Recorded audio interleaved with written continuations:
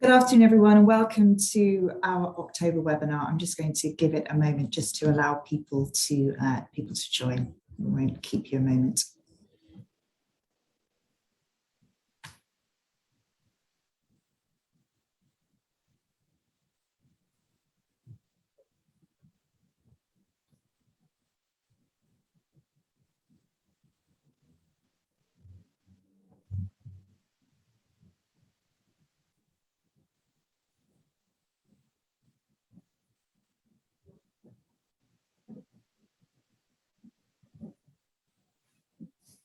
Okay, I can see that we've got people joining now. So what we'll do is we will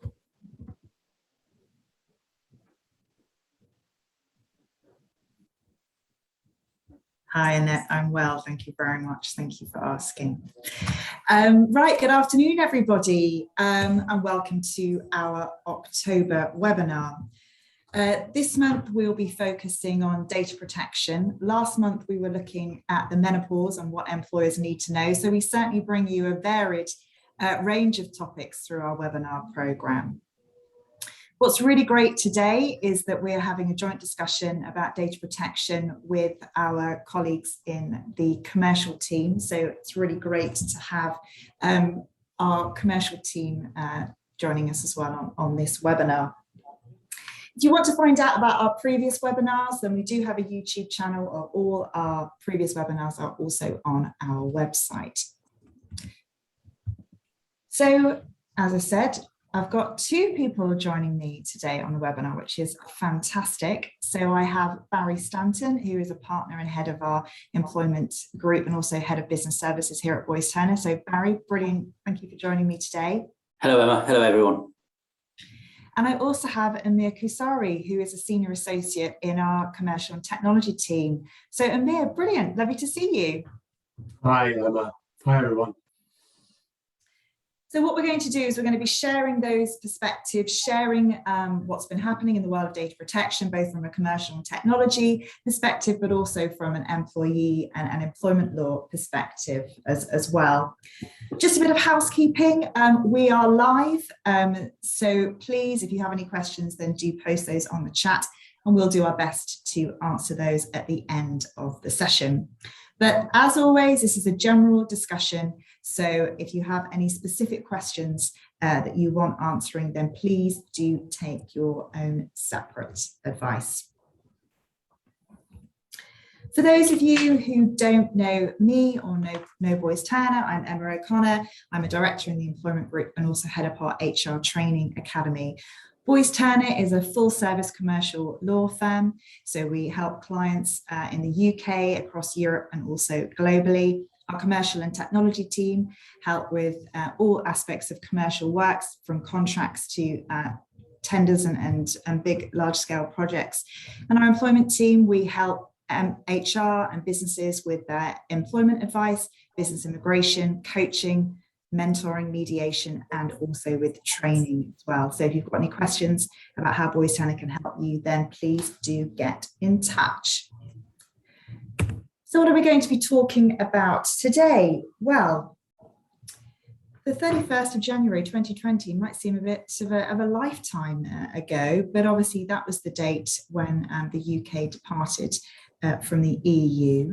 So what we thought we would do is spend some time looking at those post-Brexit considerations. And there have been some interesting developments there that employers and businesses need to be aware of. We're also going to be looking at the DMC consultation, and the DMC stands for the Digital Media and Culture Department, and they've been running some consultations. So we'll be bringing you some information about that and what those changes could look like for businesses.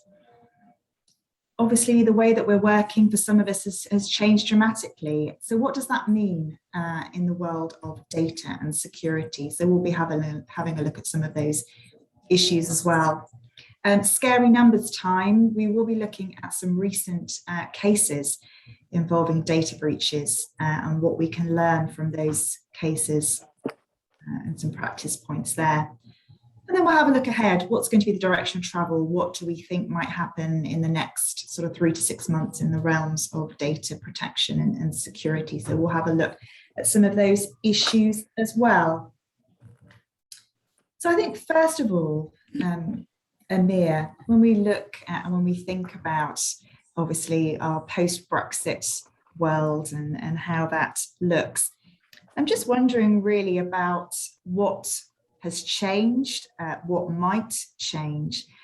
And I see that one of the issues is really looking at that sort of data flow, isn't it? How can we ensure and how can we keep that information, whether it be client information, whether it be about suppliers, whether it be about people, how can we keep that moving? And I think one of the big things, wasn't it, was around this adequacy, this idea of protection. I don't know whether you can give us some sort of updates on what that is and what that means. Yeah, well, that's certainly a sort of significant development since Brexit. One of the key concerns was how data would flow freely once the UK has left the EU. And so prior to Brexit itself, the UK recognised the EU as having adequate level of protection, which it would naturally do. So data flows from the UK to the EU could continue. The real problem was in respect of transfers of data from the EU to the UK. And what the adequacy decision means is that those transfers can continue. So organisations don't need to worry about putting in place additional protections, such as standard contractual clauses, when they are receiving data from the EU. So that's pretty much what it means. But the decision it's not open-ended. It does have an expiry date. And in June 2025 is when that adequacy decision could potentially fall away. And the EU have said that they will keep the decision under review. So we just need to be careful about how we navigate the post-Brexit data protection world as a nation, and just be careful not to upset our friends in the EU and potentially jeopardise that adequacy decision. So we've got some certainty there, at least we have a date, and you said there of in 2025. And I think what would be useful is in terms of where we are with this adequacy decision, are there any sort of tips and things that you're finding with your clients in terms of what they're doing to obviously ensure compliance, and as you said, making sure that we are within the sort of the adequacy decision and what that might mean? I think for the time being, there's not been an awful lot of divergence from the previous regime. So the UK regime is pretty much aligned with the European regime before Brexit. So in terms of compliance, it's pretty much a case of, as you were, the approach that you were taking before Brexit, you should continue. There's not been too much change for us to think about updating advice and seeing any changes in the way that our clients actually operate. It's just going to be from a data transfer perspective, just keeping an eye on developments in the UK regime, and if this adequacy decision is either suspended or amended, then we might need to take additional measures before we can carry on transferring data. So that's something just to keep in mind. Brilliant. And not only have the DMC been busy with some consultation, we've also got the ICO, so the Information Commissioner's Office in the UK. They've been busy as well, haven't they, with some consultation that they published in August. So what's that all about? Yeah, so the ICO, they launched a consultation in respect of international transfers of data. So continuing that theme of data transfers, This is quite a significant consultation. It's effectively what the UK is going to do in sort of response to the EU's new standard contractual clauses. What is the UK going to do under the sort of GDPR regime to allow data transfers from the UK? And as people will know, the European Union issued standard contractual clauses which were in line with GDPR. And what the ICO wants to do is to get some input from organisations and businesses to understand whether the sort of draft mechanisms that they have proposed for transfers from the UK to countries that don't have adequate protection are suitable, and whether any changes are needed. What the ICO have proposed is what's called an international data transfer agreement. So that will be their alternative to standard contractual clauses. And they also have what they are calling a transfer risk assessment, which is effectively the equivalent of the EU's transfer impact assessment. And the transfer impact assessment is a tool that organisations are supposed to use when they are assessing the laws of a third country to which they transfer data. So that's what the consultation is about. It's launched in August. It has now closed. So we're waiting to see what the result of that consultation will be, what the form of this international data transfer agreement will be, so that organisations that are involved in international transfers, they will know what to implement. And I think we're expected to find out the outcome of that consultation either at the end of this year or the beginning of next year. So very much a watch this space with regards to those standard contractual clauses. So yeah, one to watch there. We've talked about the ICO consultation there, but the Department of Digital Media and Culture has also been consulting on UK GDPR, the Data Protection Act, to see what implications that post-Brexit Britain that might have on the way that obviously businesses use data. And Barry, I don't know, can you just give us a bit of an overview in terms of what that consultation is about? Yes, of course. Well, Amir talked about the adequacy decision, and we now have this new consultation called Data and New Direction, which is relevant to the continuation of the adequacy decision potentially. And the aim of the document is to create an ambitious pro-growth and innovation-friendly data protection regime that underpins the trustworthy use of data. And it looks at 5 broad areas: innovation, the burden of compliance, trade and data flows, improving public services, and reform of the ICO. The consultation started on the 10th of September and is due to close on the 19th of November. And it's the government asking questions of industry and people who use data as to whether certain changes in the system would be beneficial. Now, if we change the system, that may change the European Union's view on whether we now have an adequate regime to allow them to transfer data to us. So if we move away from what we have, that could create issues earlier than the end date of the adequacy notice. Absolutely. And I think it's that balance, isn't it, between obviously ensuring that we keep that data flow with Europe, but obviously sort of, making sure that things work for businesses in the UK as well. So it's going to be very interesting, I think, to sort of see how that consultation pans out. And I think one of the interesting things about that consultation, and Barry, is certainly when we think about the data subject access regime and what that means. And certainly for a number of our listeners today, that will be something that is really real for them in their HR teams, managers being asked to sort of trawl through emails. So when we think about the system as it is now, what are some of the challenges around the data subject access request systems now that our clients and certainly businesses are finding?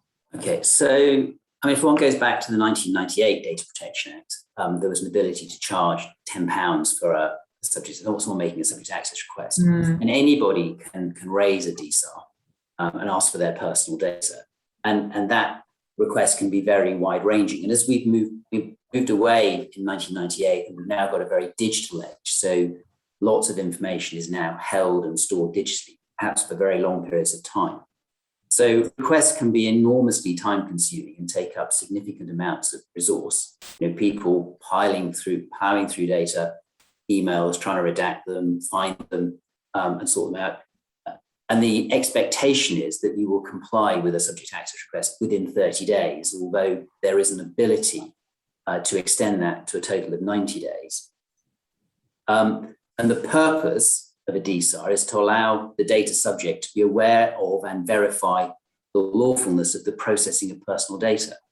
And there's a suggestion in the consultation document that there are some requests which are being made which misuse the motivation behind subject access requests, so that people are using them to get around issues around disclosure and litigation, or they could be used to harass or bully a data controller. An example that I came across earlier this year was somebody had signed a settlement agreement.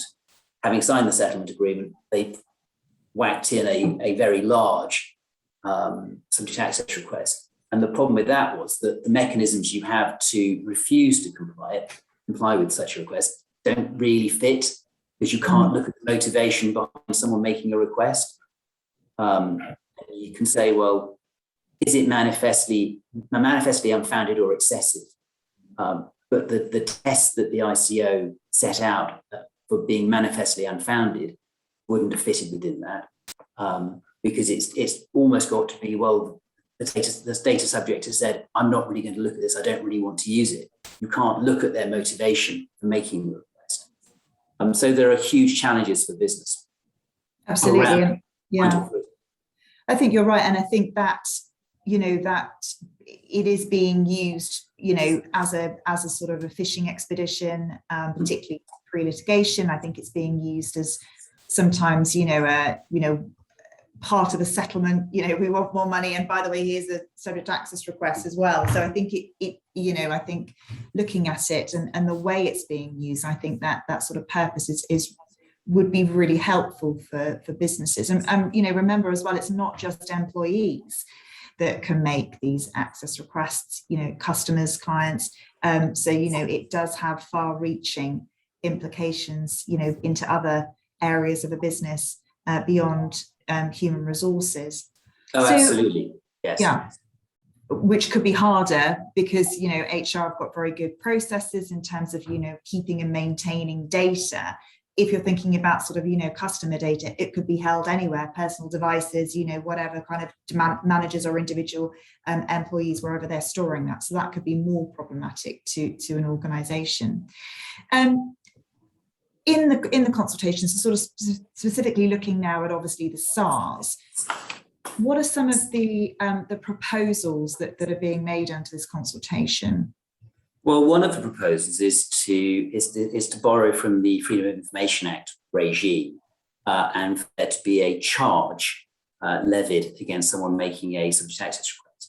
And now within an FOI regime, there can be a charge of £600 or £450, depending on a particular body. And the proposal is that there should be a structured fee regime that applies, and how that is fixed would obviously depend on the outcome of the consultation. But that might get into the realms of dissuading people from making subject access requests if they were being forced to make a payment. Now, £600 doesn't sound like a lot of money, but if you're an individual making a subject access request for genuinely motivated reasons, it's a huge amount of money for most people. in calculating the cost, you can only take into account certain limited activities. And in terms of individual costs, it's not what the business pays. It would be limited on the FOI regime to £25 per hour. Now, if you think that the regime and the FOI regime says that even if you're going to exceed the limit, you still have to comply with the request so far as you reasonably can within the cost limit, and work with the person making the request to explore what they can and can't get under the request. And the other suggestion is that they're going to amend the threshold for responsing. Now, I talked about earlier it being manifestly unfounded or excessive. And the burden there is on the employer to demonstrate that it is manifestly unfounded or excessive, which can be difficult because there's a balancing exercise that one has to do as to the proportionality of time and cost against the benefit to the individual. Under the Freedom of Information Act regime, a public authority can refuse where the request is vexatious. And that means whether the request is likely to cause a disproportionate or unjustifiable level of distress, disruption, or irritation. Now, many may say that getting a subject access request is going to cause an unjustified level of distress, disruption, or irritation. But the ICO guidance says that you can take into account the context of the request within the FOI regime. So that would be quite useful and beneficial to employers who are being perhaps targeted pre-terminate or post-termination, pre-litigation, or even where you're having a subject access request made during the course of settlement discussions.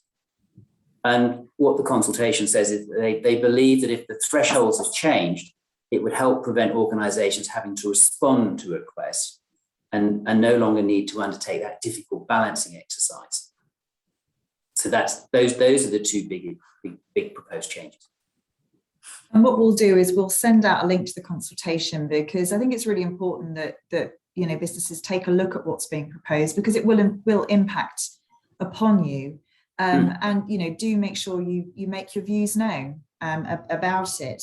There's some really interesting ones there, and I think that looking at the motive, particularly the timing, I think, of these requests, as you said, Barry, if you're in the middle of settlement negotiations, let's try that first before we then get the subject and access request. So I think looking at the sort of timing of when requests are made, I think will make a difference. I think it will make a difference overall to, the sort of purpose of it as well, and what it's there to achieve.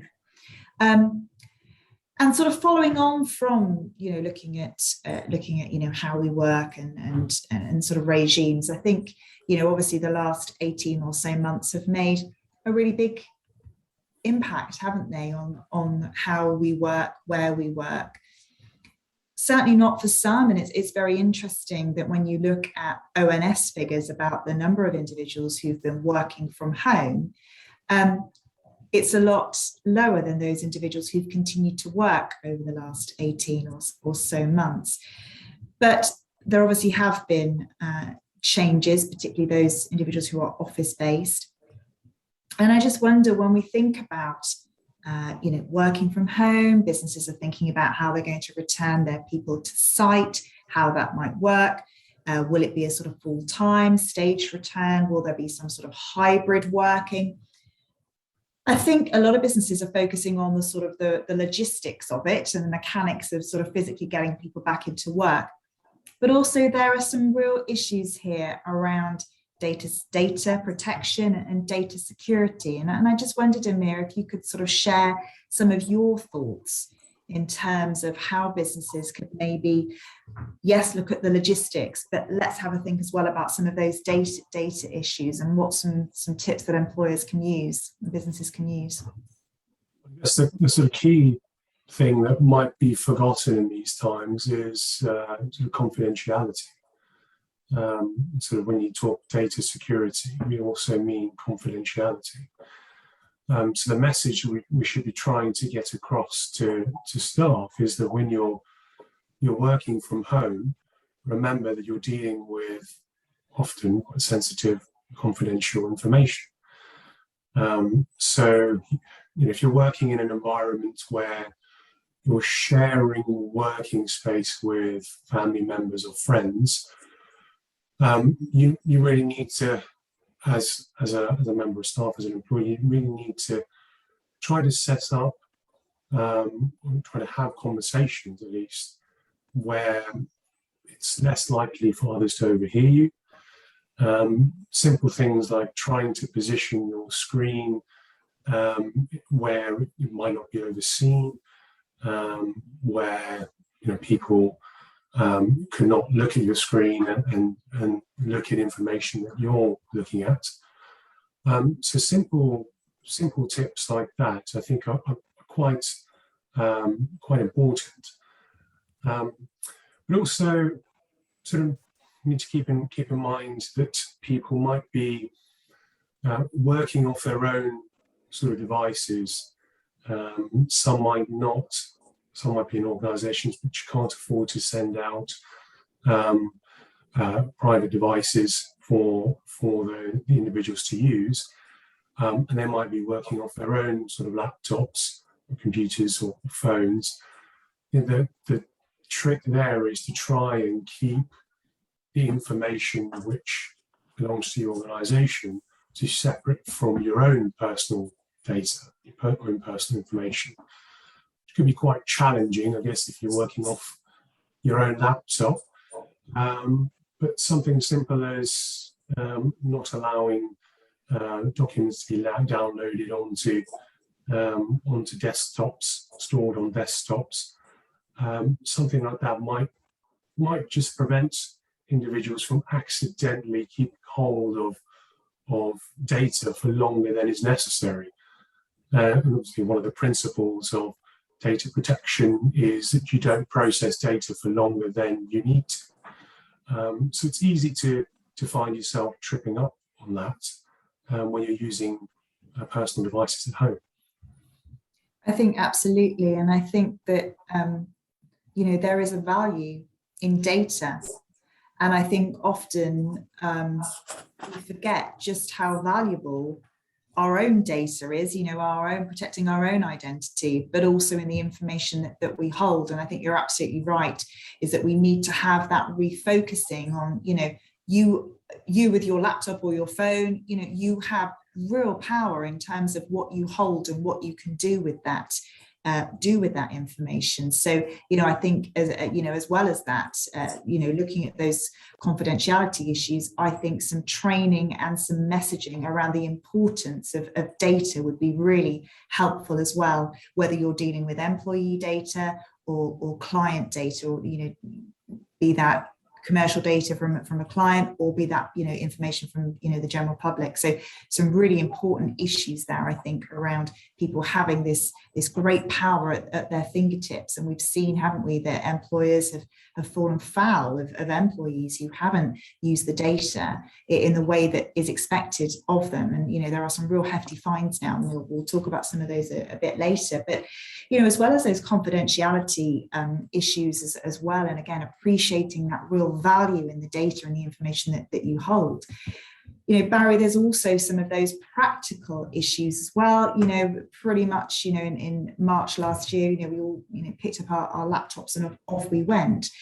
And I'm just wondering what sort of practical issues there that businesses might need to think about, and how they can, really get that message, honed that, employee data, personal data is really important, whether there's any sort of tips there that we've got. Picking up on Amir's points, laptops, they're transportable, they can be lost.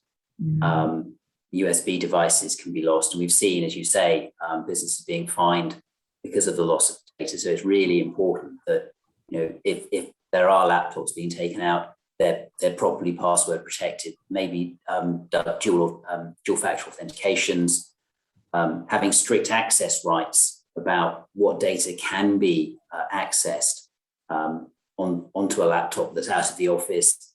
When data is being moved, ensure that it is encrypted, or at least the data is pseudonymized. You need policies. Policies have got to be in place, and very clearly to prevent people mixing corporate and personal data. tell them, don't allow people to let their children use their phones or their iPads that have been given to them by work to watch the latest movie, making sure that they keep security software up to date, whether that be the office laptop, if it's not being backed up through the system, making sure that if they're using personal devices, again, they're using the latest security updates, and making sure that people remain vigilant about the risks of data being accessed, either because somebody's sitting next to them on the train while they're working and just reading over their shoulder. It's all of that, all of the good things that people used to do when we were traveling, and they were reading documents. That looks interesting, and people would just naturally read it. So clear policies and procedures and following guidance. You need some accessing, handling, and disposing of data. How's that all going to happen? Make sure they use up-to-date versions of software, unique and complex passwords, make sure they're being changed so that if they're discovered or located, they're not used again. Move to cloud storage. Cloud storage is going to avoid the use of personal storage. So businesses will, if they haven't already thought about it, need to think about that now. Try and install VPNs, because that gives greater data security than not. And if people are using remote access, then only allow staff to access on remote desktop information that they really, really need to access. Limit the use of remote desktop as far as possible. Those, I think, are policies, and very clear, people using their own devices, very clear policy around what they can and cannot do on their own devices and what they need to be thinking about. Not just during employment, but I think, one of the really important things about bringing your own device, that BYOD, is about exit protocols as well. So if somebody does leave, you need to ensure that any data that they have on a phone, a laptop, any personal device, personal computers, is deleted. And you've got sight and proof that has been done. And I think the other issue is, as well as absolutely having policies and processes and training so people know the value, but things do sometimes go wrong. So also, what do you do when something goes wrong? Who is it within your organization? Is it your data protection officer, IT security, or IT manager? Who is it that you need to tell? Because I think that's really important. We need to have those processes in place as well, just so we can deal with it, because we've got very, very tight, time limits under the Data Protection Act. If things go wrong, we have to deal with them and deal with them quickly. So again, it's about reinforcing that message as well. We'll deal with how, but we need to cut it off straight away. So again, making sure we're really focused on those sorts of issues as well. And absolutely.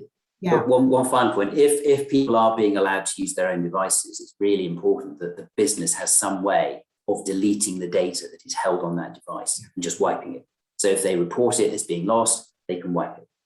Yeah. So the quicker people report it, and the quicker it can be deleted, it's really important. So if you're allowing people to use their own devices to hold corporate data without having some mechanism of deleting the whole device, that's really quite dangerous. Absolutely. So I think it's really focusing on those, the mechanics of getting people back, or the logistics, and how we're going to make this work, 2 days in, 3 days out, whatever it might be. But again, we need to focus on the data side of things and how we can keep that information secure and make sure that we don't end up in breach situations. So that's really important. And linked to that is obviously that really sensitive information, that sensitive data that businesses hold on clients, but primarily on their employees. And I think that's again become, sort of a headline in terms of what information employers are asking for, particularly about health information, but also how fit notes, sick notes, medical information, how that's all being looked at and stored, the what, when, why, where, how we're doing that in our sort of, virtual and data world as well. And I'm just wondering, Barry, if you could give us some advice on, what employers should be thinking about when they're thinking about that really sensitive information, medical information. So we're probably now collecting more health data than we've ever done before, and will be doing for some time, because we're going to want to know, businesses want to know whether people are vaccinated, a negative lateral flow, whether they've got the COVID pass. So, and that's special category data under the Data Protection Act. And you can only process that with explicit consent or where processing is necessary to carry out the data controller in the field of employment. So you probably have a legitimate ground for processing that data. But what you need to do is carry out an impact assessment to understand, as you say, why you're collecting it, how long are you going to keep the data for, how long is it relevant? Because if it's a negative lateral flow, do you need to keep it for more than a week, a couple of days? Probably not. How is the data going to be kept? You need to keep it in a separate system where you limit the access to it so that it's not available to everybody in the business, but only to the limited number of people that need to see it. So yes, it's about accessing, restricting it. But once you've carried out your impact assessment, you then need to inform your employees about why you're collecting it, where it's going to be stored, so that they have confidence it isn't accessible by everybody, and then how long it's going to be retained for. So yes, you do need to make sure you have in place policies around collection of that health data to make sure that you're not exposing yourself to risk. And sadly, I see all too often in claims that people haven't stored health data in a separate system. No. And now it's really, now more than ever, it's really important to make sure you've locked it away and protected it properly. Yeah, and really think about who needs to know and why. So yeah, some really good tips there about health data. And again, if anybody's got any questions on that, then do come back to Barry and I on it. But things do go wrong. So a bit of sort of scary numbers time. Obviously, we've got some high profile names of businesses who have fallen foul. Amir, what happened in the BA case that we've got here? Well, this is really part 2 of the BA. The return. Yes, part 1 was really centered around the regulatory investigation. So in 2018, BA suffered a major data breach. Hackers carried out an attack on its website, and they were able to access quite a lot of personal information, including names, addresses, email addresses, but also card numbers, including the 3-digit security codes. So very sensitive information. And the regulatory aspect ended with BA being fined £20 million by the ICO. Then this part of the saga is really to do with the civil claim, because the regulatory fine itself did not provide any redress to those individuals that were affected by the data breach.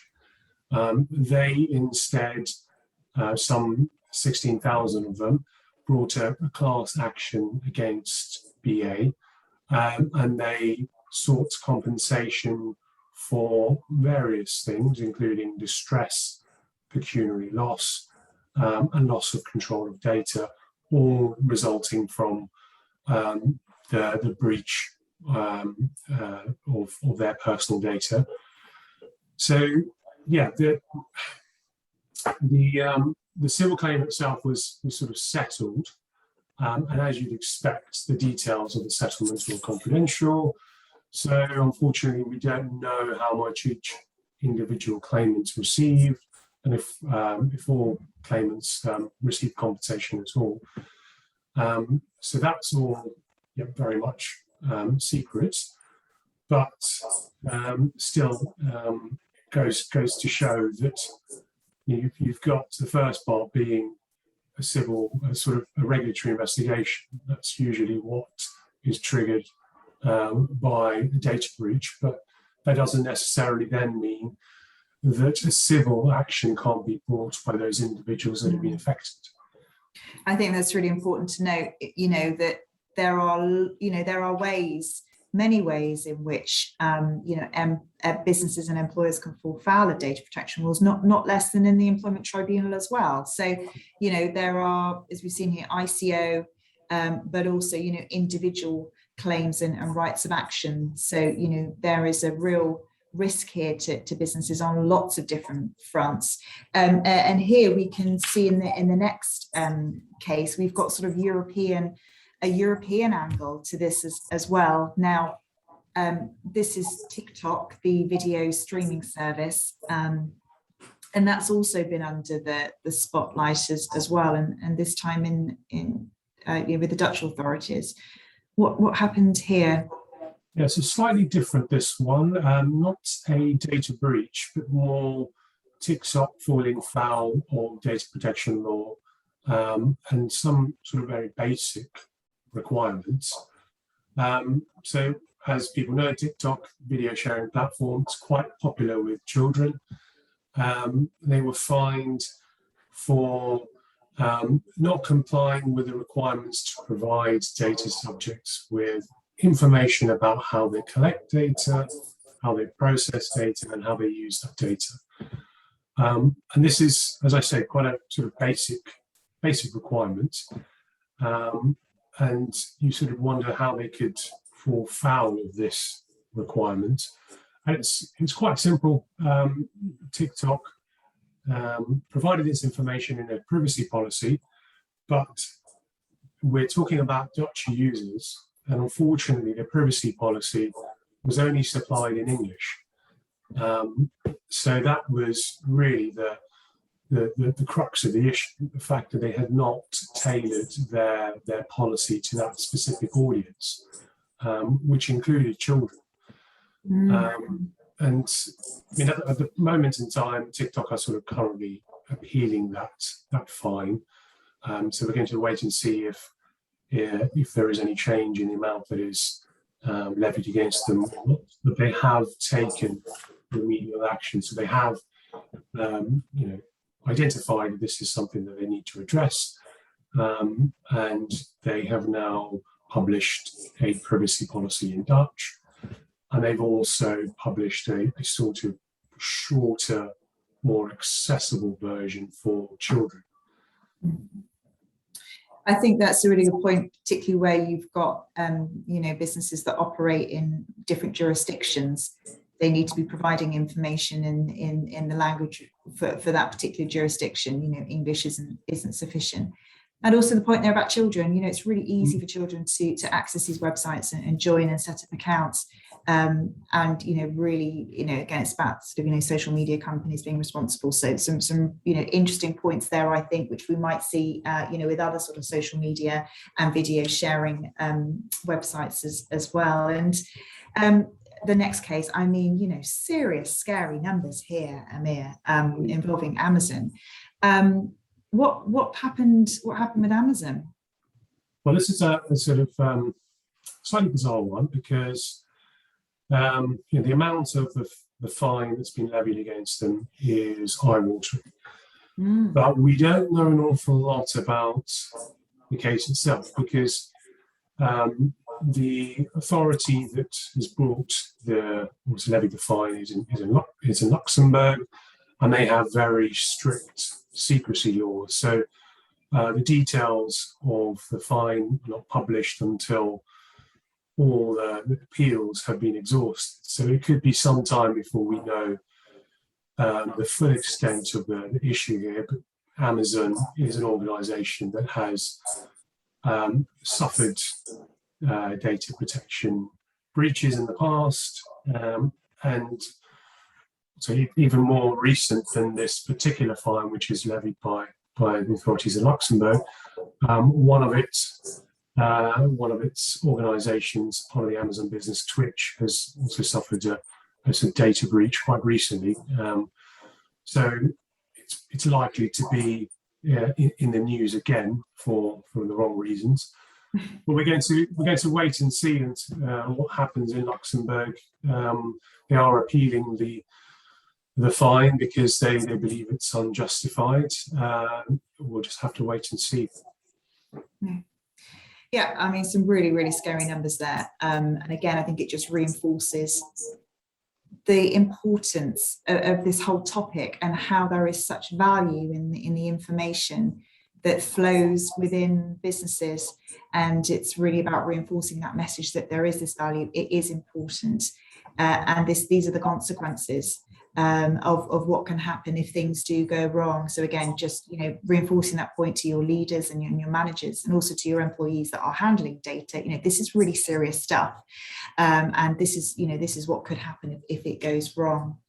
Yeah, So just to touch on that, it's not just a regulatory investigation that could be triggered. So if you're not complying with GDPR, whether it's a data breach or otherwise, you are risking a regulatory investigation, but that doesn't then mean that draws a line in the sand.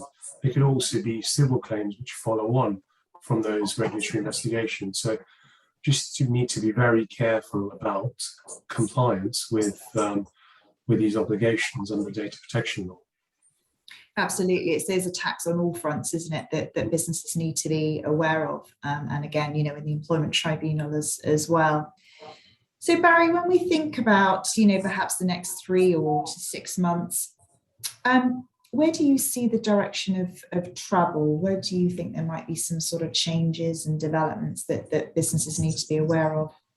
Well, I think we just have to wait now for the outcome of the consultation. Clearly, the government's view is that they want to delayer the restrictions and the impositions on business and make GDPR a lighter touch than it is at the moment. That's, I think, what we're going to expect to see as a result of the outcome of the consultation, and going forward. I think there'll be some big developments as well, and maybe some challenges, particularly around health data and data breaches around that. So I think there'll be some sort of issues around that moving forward. And I wondered, Amir, as well, from your side as well, thinking about it from that sort of commercial perspective, where do you see the direction of travel maybe in the next sort of 3 to 6 months, and what should businesses be looking out for? Well, as Barry has sort of touched on the consultation, I think the 2 consultations, the outcome of those would have a big impact on organisations. So one strand of the sort of government consultation, which might be quite interesting, is the potential changes to cookies laws, and expanding the list of circumstances where cookies can be used without explicit consent, because at the moment it's quite restrictive. You go onto any website now and you're automatically greeted by a cookie pop-up, and it can be quite frustrating when you're trying to navigate the web. So if there's going to be an extension of the current circumstances there, which gives organisations a bit more freedom, I think that would be quite welcome. But also the ICO consultation on international transfers, just waiting for the outcome of that and sort of final form agreement, the international data transfer agreement, as an alternative to the EU standard contractual clauses. It'd be useful to see that, and so waiting for the timeline for implementation of those. So it's probably going to be something quite similar to what the EU adopted when they rolled out the new standard contractual clauses, the timelines by which old contractual clauses could be used, and then a date by which we need to start thinking about using the new documents. Not wishing to put you on the spot, Amir, but we have had, just because you've just mentioned it there about the international data transfers, we have had a couple of comments on that, and so I mean, well, one of our listeners has said, do you think it might be possible to have a global data transfer agreement, or do you think it's going to be one per region, or between regions? Or is it going to be a watch this space? We'll probably watch this space. I think it's going to be quite challenging to have one to cover every sort of transfer, particularly if you've got an organisation that's multinational that might need to comply with both the UK and the EU regimes. If there is a difference in approach between the two, which at the moment we have EU standard contractual clauses, potentially in the UK, an international data transfer agreement, we might be in a situation where we have to use multiple documents. But there is the scope in this consultation to adopt the EU standard contractual clauses subject to an addendum for UK GDPR. So we'll wait to see what the outcome of the consultation is, but we might be able to get away with using the standard contractual clauses to cover both EU transfers and then UK transfers subject to an addendum. Thank you. I hope that's answered your question. Pop it in the chat if you'd like us to come back on anything more on that. Really helpful. Thank you very much. Just to sort of let you know some sort of webinars we've got coming up just for the rest of the year, really. We are going to be having a look at some employment cases. So what employment cases are hitting the headlines, and we'll be having a look at that next month.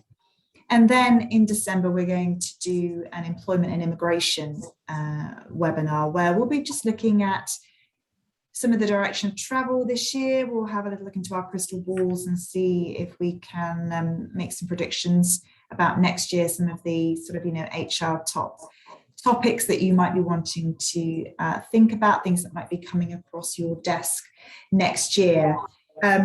So please do join us for those. I'll be sending out invites. If you're not on our invitation list, I will send you out how you can subscribe to receive our invites as well. And then we'll also look to do another data protection roundup webinar, probably in the spring once we've got the results of the consultations. I think that'd be a really interesting one to sort of finish up and discuss. So just having a little look, I'm just going to have a little look now at our questions on this. And well, I suppose it really does sort of follow on from looking at these sort of standard form contracts. I mean, there's lots of issues around this, and it's going to be very interesting, I think, as well, with regards to the consultation. So when we think about, and I know you've talked about sort of EU standard contractual clauses,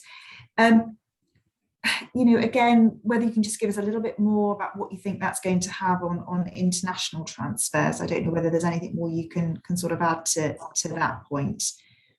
Yeah, just to sort of just go back to the previous question, really, was if we could have a single document to cover both. The ICO consultation is exploring this idea of having an addendum to the EU standard contractual clauses, because at the moment they only cover data transfers from the EU.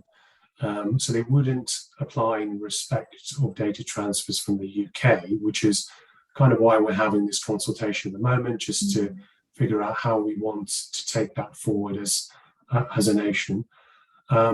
So once that consultation is closed, but once we get the results of that consultation, if organisations have indicated there is a value to having this addendum to the EU standard contractual clauses, then I suspect we would have that in a way that businesses can use to try and minimise the number of documents that they have to implement. So at the moment we'll have the EU standard contractual clauses, and then the new EU standard contractual clauses, and then the old clauses, which the UK is currently using to rely on to safeguard transfers outside of the UK. So you've almost got these two running in parallel. And if you are a multinational organisation, you have to implement these two in parallel. which is quite frustrating. It's quite challenging to get the standard contractual clauses signed and implemented, but to do it twice, it's going to be quite a big challenge. Absolutely. Again, you know, get in touch with Amir, or if you've got my details, then do get in touch, and we can pass that information on, because I do think, you know, there's a lot of businesses who are doing that. One quick question: when's this consultation expected to be concluded? Was that There's the 19th of November. Yeah.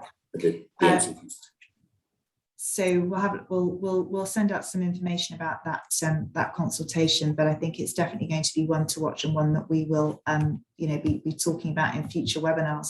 So really do watch this space. So I would like to thank everybody for joining us this afternoon, and my thanks to Amir and Barry, because I do think that, you know, there are lots of issues now, and I think the way that, you know, businesses are thinking about how they're going to work and how their people are going to work, I think there's some real challenges there, not just sort of, you know, the mechanics and logistics of getting people back to work, but also about how we're going to protect data. But I think just to sort of sum up, you know, there are risks involved. Some of these numbers are very huge, but I think that if we can kind of go back to basics and really look at what the information we have, be it our data protection policies, be it our privacy notices, a lot of these wouldn't have been, you know, looked at since, you know, 2018. So it's probably time to sort of dust off and see if they are actually achieving what we want them to achieve. So my thanks to Amir, and also to Barry. Thanks, Emma. Thank you, everyone. Absolutely. So I'll be sending out the link and some information. So do get involved in the discussion. Again, if we can help in any way, then just let us know. But my thanks to Barry and to Amir, and I look forward to seeing you again next month. Thank you very much. Bye-bye.